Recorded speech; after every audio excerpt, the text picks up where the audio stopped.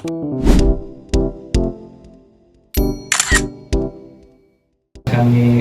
terima kasih kepada rekan-rekan semua, kepada Setinda, Saat Soba, Api Arnold, dan rekan-rekan semua yang sudah memberikan kami kesempatan untuk sebenarnya ini tugas kampus ya, tugas PKN. Judulnya itu anti hoax ya, pilih-pilih informasi yang nanti bakal dibawakan oleh Saudara Faiz. Seperti itu mungkin akan dilanjutkan oleh Saudara Faiz untuk pemaparan materi. Waktu dan tempat kita silakan. Oke.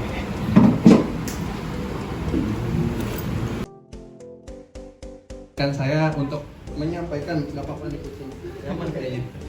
Memaparkan sedikit informasi, pilih-pilih informasi mulai dari apa itu hoax, penjelasan singkat dan contoh hoax yang sering beredar. Next.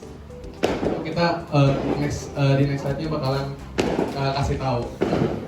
Oke, di chapter 2 adalah ada dampak hoax. Nah ini nih, ketakutan dari kami, dampak hoax. Yang pertama ada kepanikan.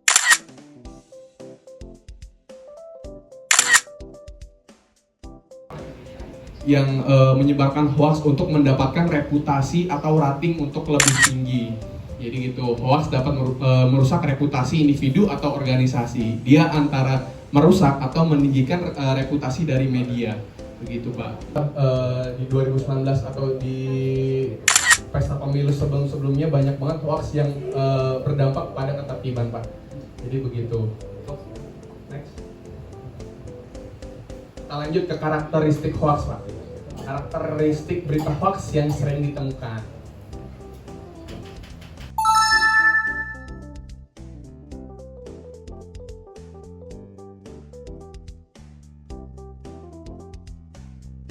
Sumber lain, nah ini Pak, kita bisa menilai sesuatu itu dengan cara perbandingan.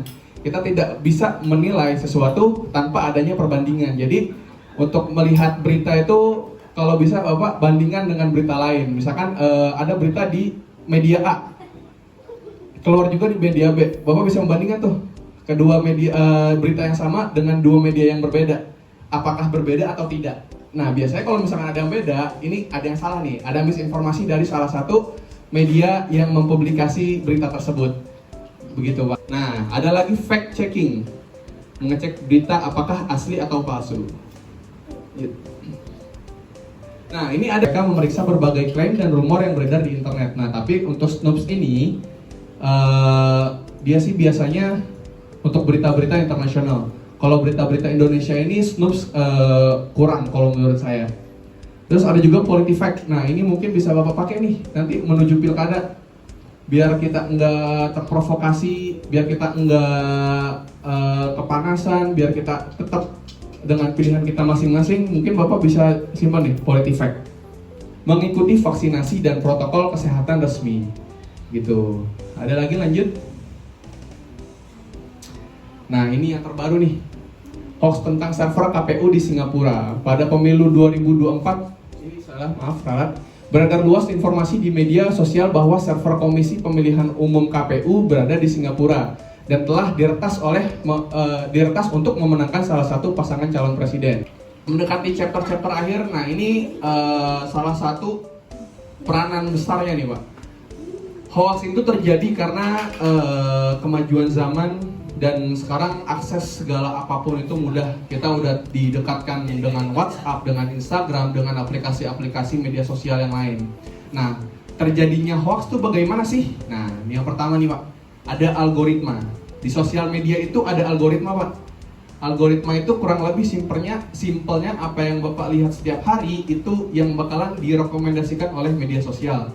Jadi kalau misalkan Bapak melihat bola tiap hari di Instagram, itu biasanya Instagram masih tuh di feed bola terus. Kalau Bapak lihat ceramah mulu nih, itu dikasih terus tuh ceramah terus. Nah jangan sampai ada Pak, kita yang lihat yang jorok-jorok Pak ya. Jangan sampai Pak. Iya Pak, itu ada Pak, dikasih tuh Pak sama Instagram, dikasih terus tuh. Jangan sampai dah Pak. Jadi suara ngerekam juga kan. Iya, suara juga tuh. Nah, kalau misalkan kadang kan ada tuh kalau jokes bukan say no to fake news, cuma fake news ada tanda gini ya. Ini logo ini kalau misalkan didesain itu artinya say no. Say no to fake news. Katakan tidak pada berita bohong. Nah, gitu Sat. Artinya Sat kurang lihat. Juga yang barangkali nanti ada penyampaian ke depannya. Iya. Oh ini kalau sukses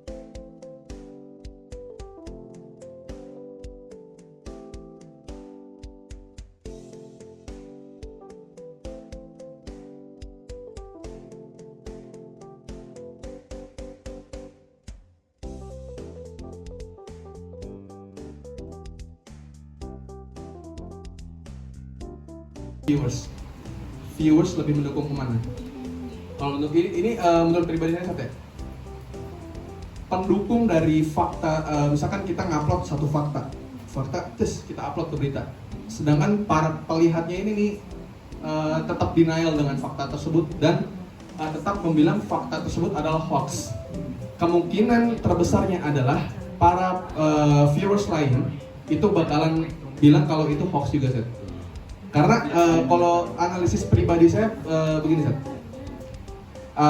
kita ngambil dari politik lagi ya, karena saya seneng banget kalau masalah berita-berita politik. Kita yang terbaru Sat, tadi pagi ada berita bahwa salah satu partai mengusung salah satu paslon, dan saya lihat komennya itu adalah hujatan-hujatan semua Sat. Padahal kita kalau lihat, kita tahu nih, ini yang komen siapa kita tahu nih Sat ya. Mungkin tahu di arah omongan saya. Gitu. Untuk yang non politik, kalau yang politik saya background checking dulu. Begitu. tadi kan solusinya yang dijabarkan adalah diantaranya itu dengan verifikasi Fact check. fact check. Diantaranya apa tadi? Snoop. Ada banyak. Itu salah satu media. Boleh dimundurin. Nah, ini adalah salah satu situs fact check untuk memvalidasi kembali Sat. Ada Snopes, ada PolitiFact, ada turnbackhoax.id. Mungkin banyak situs-situs lain yang saya nggak bisa masukkan satu persatu sih Sat. Kurang lebih salah satu ya. Pertanyaannya, Bisa? apakah ini juga kredibilitas? Oh, oke. Jadi gini. Untuk yang saya baca, media-media ini tidak mereka ini tidak memakai person untuk mengupload berita di belakangnya. Mereka ini memakai algoritma, jadi algoritmanya itu dilihat sama web ini. Tapi kayak misalnya 2020 kan misalnya dibilang ada kok vaksin aman 100%. Yes. Sedangkan 4 tahun kemudian ternyata AstraZeneca sendiri kan perusahaan vaksin itu bilang, oh vaksin kita nggak aman 100%, ya kan ada ternyata penggumpalan darah apa segala macam. Waduh, parah sih itu nih. Di awalnya kan dibilang hoax kan. Iya, Kalau iya. misalnya bertambah Iya. fakta dan data, apakah bisa jadi berita fakta gitu? Oke. Untuk permasalahan itu, yang pertama kan kita di 2020 dibilang untuk kalau vaksin aman nih, vaksin aman. Sedangkan di 2024 ada emang sih Pak, kita mungkin bapak-bapak yang belum tahu ada penelitian terbaru, ada data-data terbaru bahwa vaksin yang mungkin dari bapak-bapak yang pernah vaksin itu terbukti bahwa genetik vaksin yang diambil itu ternyata tidak boleh. Kurang lebih begitu ya faktanya ya. Genetik vaksin yang diambil dari AstraZeneca itu sebenarnya tidak boleh. Ini sebenarnya benar yang tadi Mas bilang. Tadi yang penyampaian Mas mana? Kalau berita hoax didukung dengan fakta yang lebih kuat atau ada opini baru yang lebih kuat daripada beritanya, mungkin jadi Fakta baru. Berita hoax yang disajikan dengan fakta yang meningkat itu menjadi fakta baru. Seperti yang kita tahu, vaksin, kita bahas vaksin ya. Vaksin AstraZeneca yang disurvey sekarang kan memiliki ternyata genetiknya itu nggak aman. Dan ternyata kita nggak bisa pungkiri kalau itu adalah fakta. Dan itu kita yang bisa menilai apakah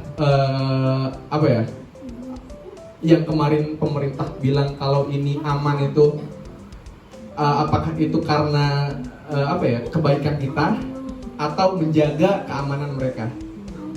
Kurang lebih gitu aja yang bisa